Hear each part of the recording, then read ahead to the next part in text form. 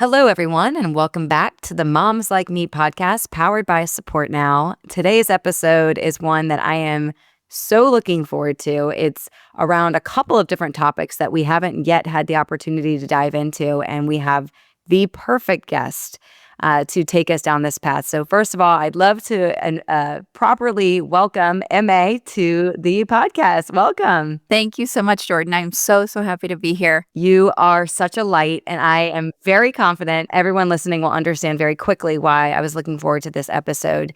You know, the thing about Support Now and the thing that I've learned on our journey is that tough times look different for a lot of different people. And there's certain tough times where you don't realize how challenging it is. And then there's certain tough times that when you hear the word, you instantly, your heart sinks. And you know that feeling. So today we're going to be talking a lot about ALS. And again, I don't know everything about ALS, but I know it's one of those diseases that you don't want to hear. And that's all the more reason to talk about it, because it does affect people, and it doesn't just affect that one person. It affects, the entire unit. So I would love for you to please share a little bit more about you and kind of how your life took a turn when you found out about your husband's diagnosis. So I was born and raised in Puerto Rico, spent a little bit of time in California, then ended up in Miami, met my husband Jules back in 2010. We got married a couple of years after that, and then had our son in 2016. 2019, he started having these very strange symptoms. I mean, not strange, sort of common things that you think it's a sports injury, a left shoulder that was hurting. Cut to early March in 2020. And this was literally the day that the schools were closing down for the pandemic. So it was like a whole big thing. We went to the neurologist, and this was after having seen another hand specialist, because my husband's right thumb was stopped working basically while he was playing video games. So we went to a hand specialist who said, "I don't think I can help you. I think what you have is ALS," which was like the last thing you expect to hear when you go to a check my hand appointment.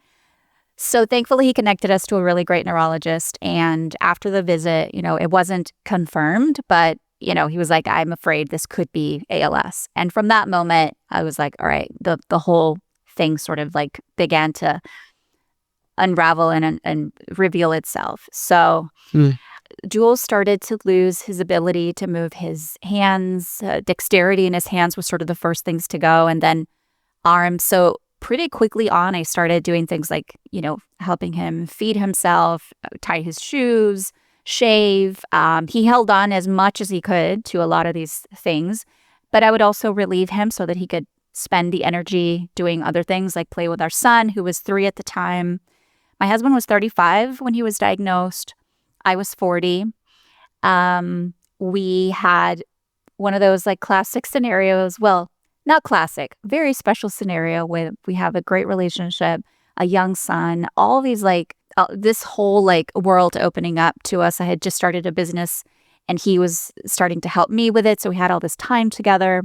It was beautiful. We started a podcast to talk about all the ways our life was shifting for the better. And then just the biggest shift of all started. So it's changed everything in every way. We're going on, in March, it'll be 5 years of living with this understanding.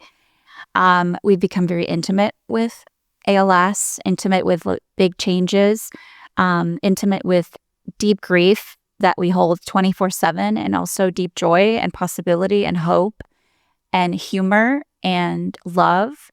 It's wild. It's wild to have this conversation with you now and reflect back on how much we've grown and how much we've grieved. And in a quick nutshell, I'm happy to expand on anywhere that you want to go in that space. No, I think you did such a beautiful job summarizing everything. And it is, to call it out, it's so scary and sad to see someone you love so much be perfectly healthy, and then I'm sure it felt like just in an instant. Yeah, I mean, it felt like everything from just having the, knowing it, right? The knowledge of what's to come. ALS as of now does not have any cure or any medicine that could even sort of pause it and give you a plateau. It's a disease that still requires a lot of research and funding to get us anywhere. It's pretty much in the same state as when it was discovered or when Lou Gehrig had it years ago. My husband has the same chances that Lou Gehrig had like 80 years ago or something. So it's kind of wild to think that. That's a crazy thing to think that there's been no advancement in, call it 50 years. Yeah. Essentially, if Lou Gehrig and Jules were having a conversation today, of course, it's become, in terms of certain things, that quality of life and technology advancements and all that stuff, yes, but in terms of finding, like, knowing that there is even a possibility, a glimmer that you could get cured in your lifetime is tough. It's a disease that moves very quickly. The lifespan is between 2 and 5 years once diagnosed. Some people go very quickly in a matter of, 12, 18 months. I've heard some cases. Jules is about the average. And then there are some outliers that are, have it for longer. Another interesting case with ALS is that 93%, like between 90 and 93% is sporadic. So there's no gene, there's nothing to indicate where it comes from, how it develops, what sets it off, how long it's been in your body before it actually starts to show signs. It is incredibly mysterious. And I've spoken with a few doctors that will tell you this is probably the worst disease in the books. Like, the way it ravages your body, the way it takes your person away, the way they have to so quickly begin to adapt to these really, really difficult new normals, and how it just expands and rips everything apart in ways that you're like, what the heck? So seeing Jules in that, and everything from like holding his hand that began to get more frail to just feeling like it would just take my breath away to feel the immense grief of not having this man in my life as long as we wanted to be together. Yeah, devastating. So tell me, at the point of diagnosis, were you underfunctioning, overfunctioning? Kind of when you got that confirmation of the diagnosis, what gear did you move into? Because I've noticed that everyone responds differently to these things. And so I'd love to learn a little bit more about your reaction to it and kind of what your coping mechanism was to begin to accept this reality. Yeah, I love that question because it does show up so differently for everybody. I went into sort of like plan mode, not plan the future, but like sort of what can we do now? And it wasn't frantic. I felt very focused. I felt clear. I felt a lot of grief, but I wasn't like spiraling. I could focus in. I tend to be good in sort of emergency situations, and I've had experiences in my life, whether it's jobs or things like that, that I've dealt with a lot of like things that require pivoting and flexibility. So all those things definitely helped. And so I definitely went into that mode, and I wasn't so much diving into it to sort of like numb it away. I felt very clear. I felt very present to what was going on. And I remember having this very peaceful quality about knowing if this is happening in my life, it's because I somehow in some way came prepared for it, like from a soul place. And I don't know what's coming, and this is all hard, and this is all unknown and unexpected. But there was a part of me that knew if this is happening, I am somehow equipped to figure it out. And I felt the same for Jules, and I felt the same for Skylar, our 3-year-old at the time, now 8. We came prepared for this individually and collectively as a unit. And that gave me so much peace because it helped me trust that whatever happened, however terrifying, we could somehow figure it out. And that may still be a naive way to see things, but I stand by it because it served me well to feel that and to continue to know that deep down inside, whatever comes our way. Yeah, I mean, I think it's such a beautiful perspective. I think it's one that from the outside looking in, it looks very challenging to adopt, given the very real physical, mental, emotional, spiritual challenges that come with something like this. Because like you mentioned before, when the doctors were saying ALS, it really debilitates like just your entire being. I mean, the most basic of things can be taken away from you. And so I think that perspective is so honorable and such a testament to who you are, because it just requires a special person to say, this is not what I expected. And perhaps I'm the perfect person for my husband with this disease at this moment. And I think it's a really powerful testament to you and to the commitment that y'all made that I'm sure you've talked about at length with him, because it is a beautiful example of like what it's all about. I'm so curious to also ask you a little bit more about your son and what that relationship looks like. I'd imagine at 3, when you got the diagnosis, maybe a little bit harder to understand, but it sounds like he's growing up very quickly, watching his dad kind of form these new habits and rituals. What is that like, and how do you balance all of that in your motherhood kind of journey? I've learned a lot over time, a lot of bumps along the way. I now have a lot more sort of mastery in a lot of those areas because I choose to like dive into understanding different things. And at the beginning, so, this has been such a big part of Skylar's life. So he has some memories of Jules before, little bits, tiny ones. And certainly he's seen, videos and pictures, which at first may have been harder to look at for all of us, but we've made it a point to invite all of those pieces in.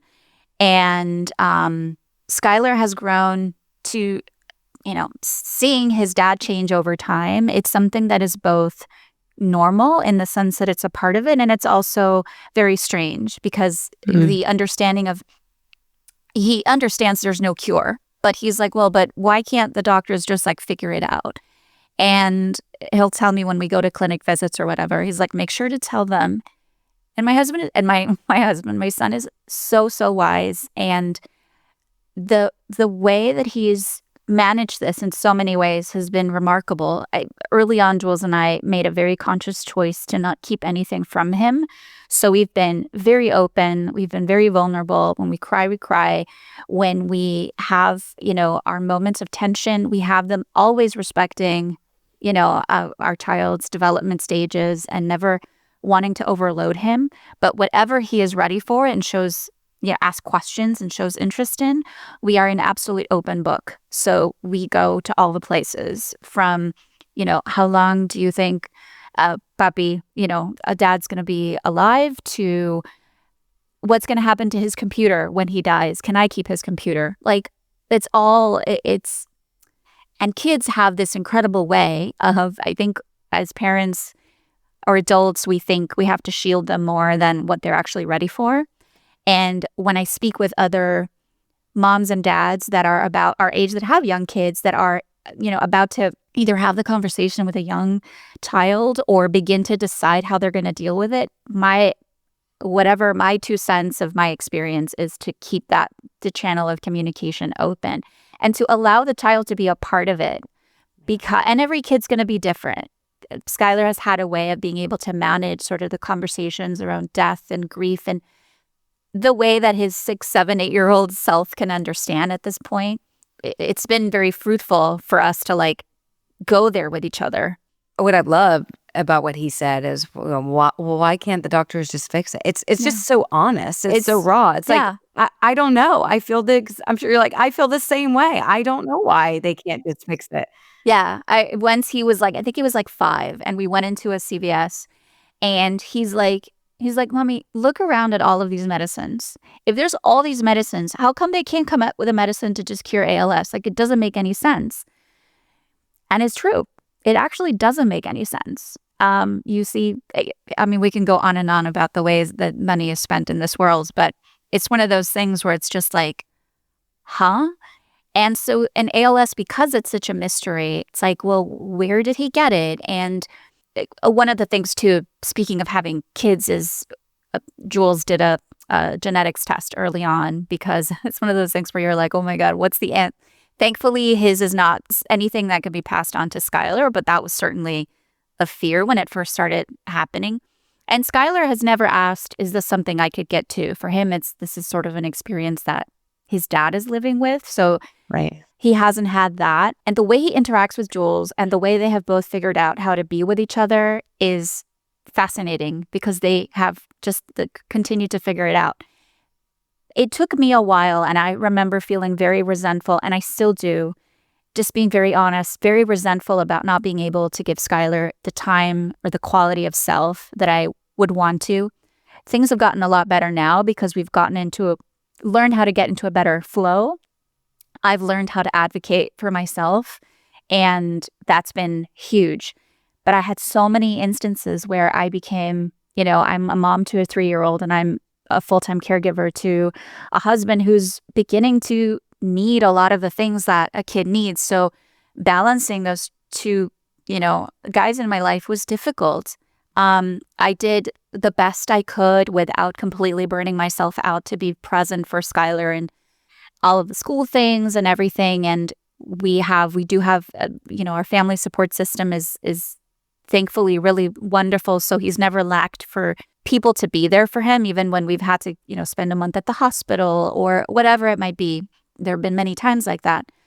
But I have felt so resentful about that. And the way that I would love to, just the energy piece, have more to give. And again, that's changed now. But if I reflect back on the first few years, there was definitely a lot of anger there that I had to move through and I had to process in order to be present. My whole thing is, even from the beginning into now, it's when we're in any state of denial or in a state of, this isn't happening, then you're not present. You're not connected in. And as hard as it is, as this whole situation is, if you don't really lean into open heart, open mind, be there, then you're just gonna miss out. And later on, I don't want to have any regrets of how we were all here with each other. And I've definitely taken that to heart when it comes to Skylar. And it's still, it's a challenge when we go out, for example, take him to the arcade for an hour, and it's well, we have to get home at a certain time because we had a caregiver that is here, for certain hours of the day, but then I take over in the evening and all night and in the morning, and we have to manage. It takes over everything. You just experience mom guilt to a degree that it's exactly difficult. It's that's what it is, right? We all have mom guilt in some way. I used to work a full-time job, and there's mom guilt there, and it's that mom guilt taken to the extreme. Yeah, because you're adding in the grief, the burnout, the exhaustion. This is such a physical caregiving job. ALS is a disease and it's a disability. So the physicality of my husband's 6'1", I'm 5'4", and I've been able to do superhuman strength things that we're even how?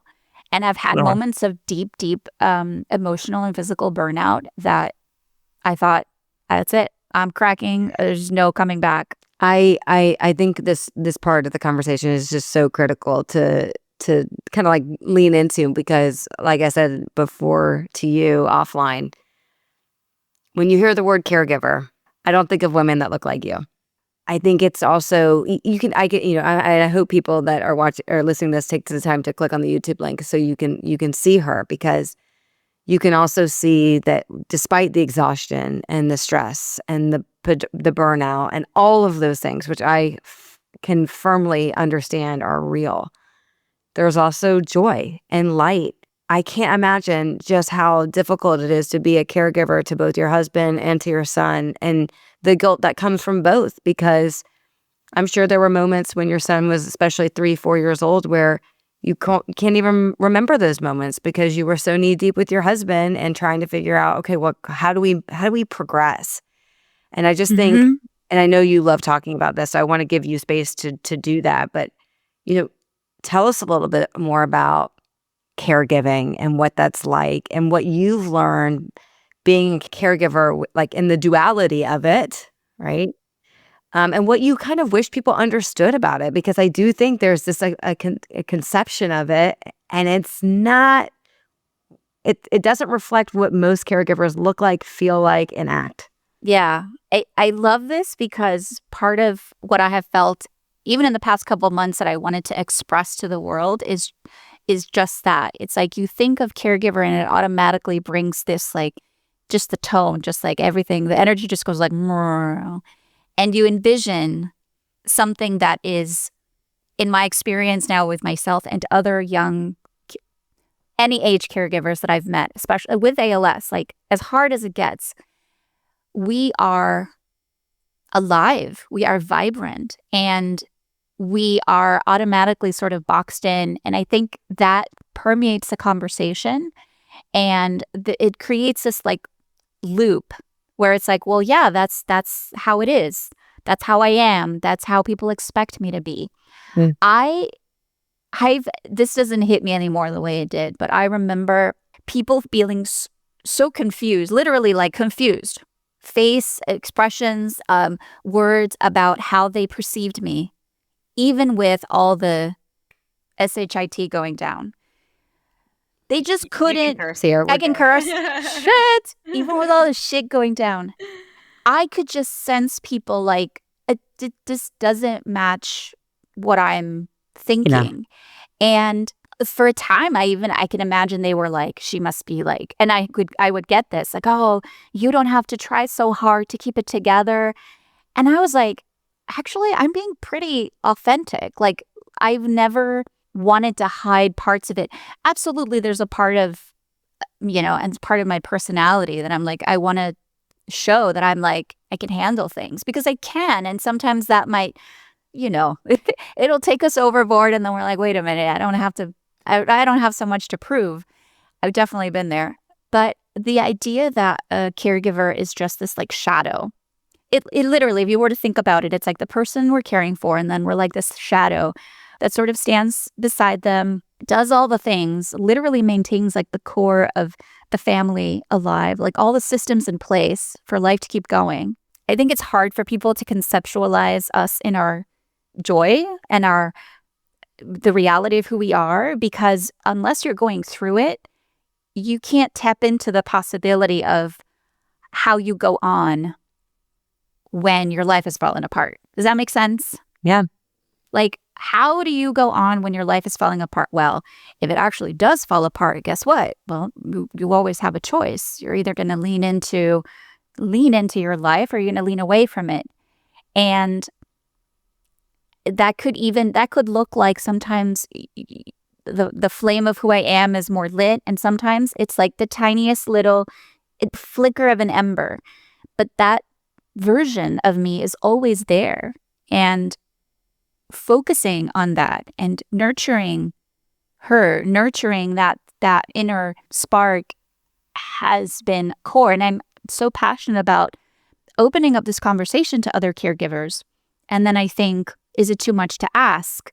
But then I'm like, wait a minute, we're not even having the conversation. In spaces, caregivers have these support groups where it's like, mwah, mwah, mwah.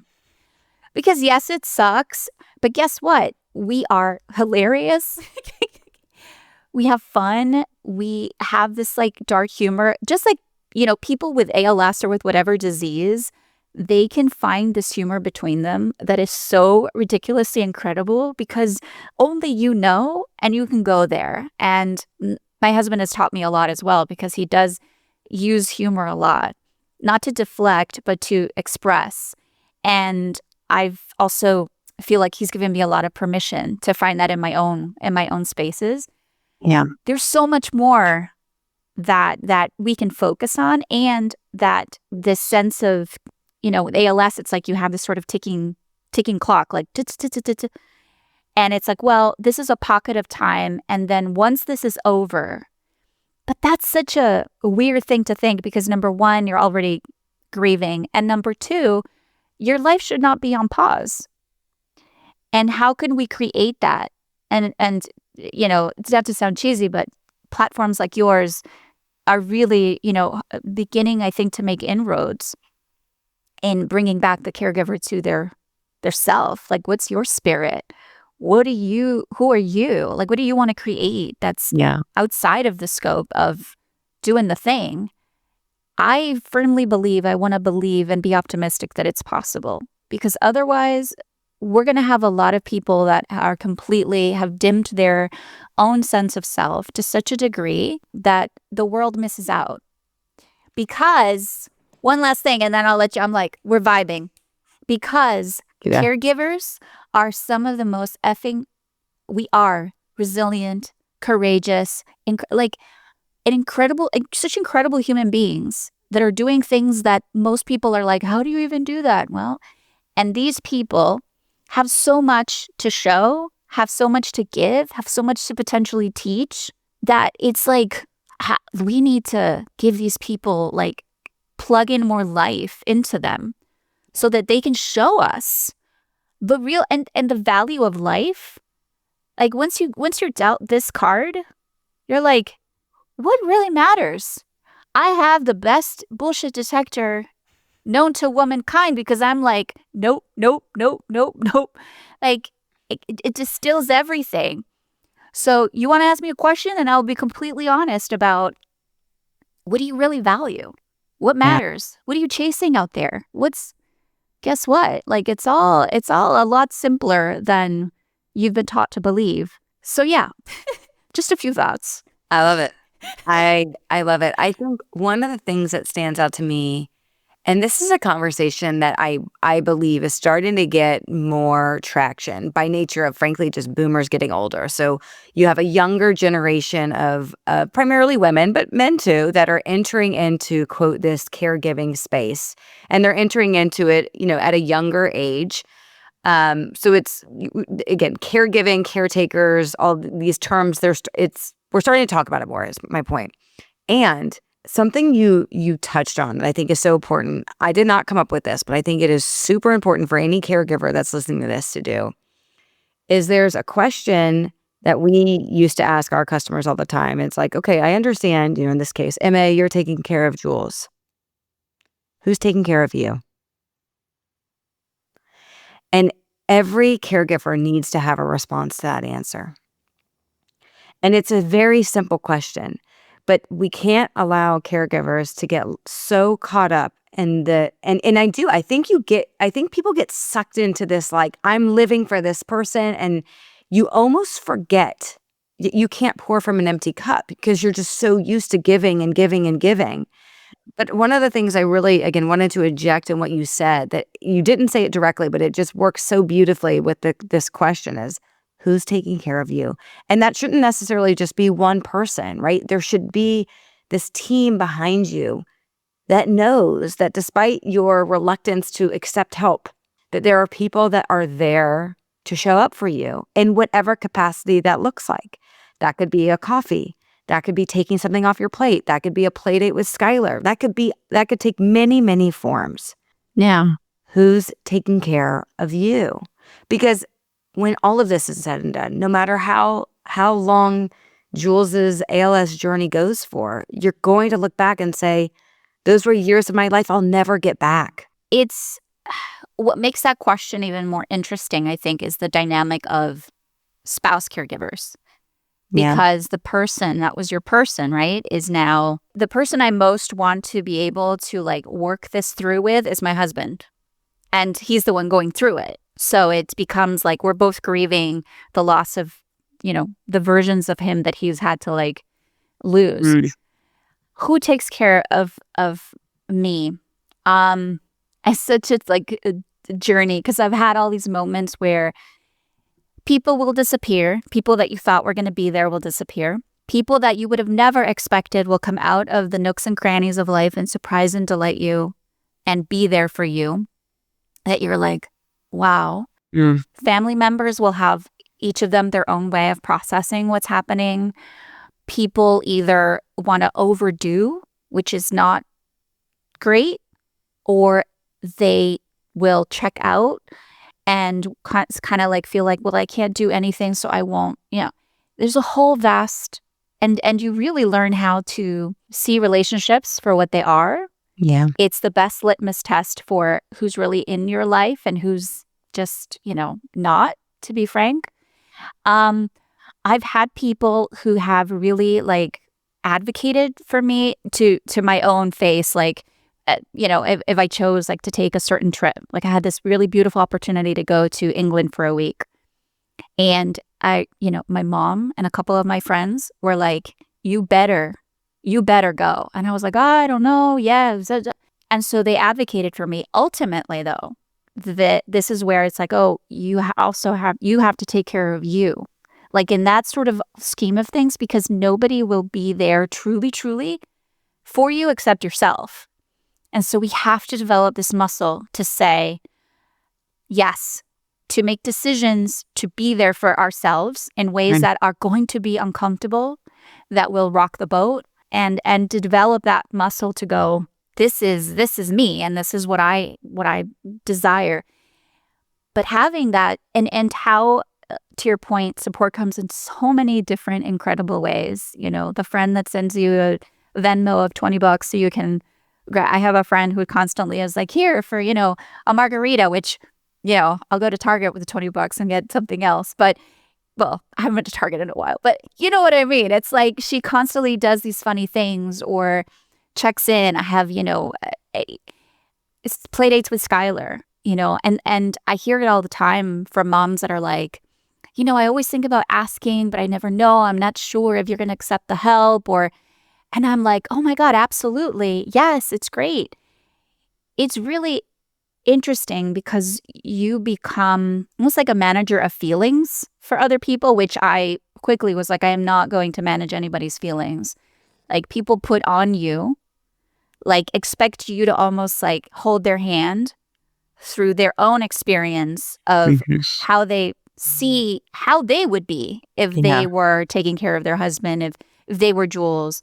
And then you are left with sort of managing people's feelings. And I see a lot of caregivers that do this. Early on, I detected this and I was like, I have to make a concerted effort to know. You have to preserve your where own. the line is drawn and simply not take it upon myself to have to manage feelings for, I was like, everybody's an adult here. You have to figure this out on your own. And however it triggers you and however it makes you sad and however it confuses your idea of life and how quick life can, like, it'll light up feelings of like, the conversation of death is one of the ones that we absolutely need to have more in our society. And people are so like, Arr!